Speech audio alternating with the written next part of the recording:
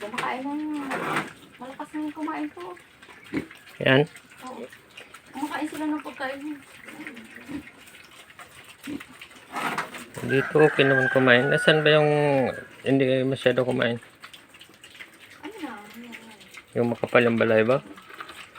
Mapili yan. Ay, bilihan ng ano.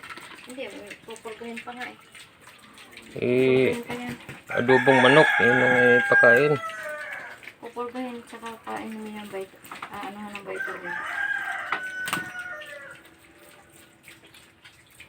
Andyan sa kabila. Okay naman yan ah. Ay, sa mga kabila eh. Tatakaw yun eh. Ikaw. Bantay. Pati bibi, bantay. Ikaw bantay ha.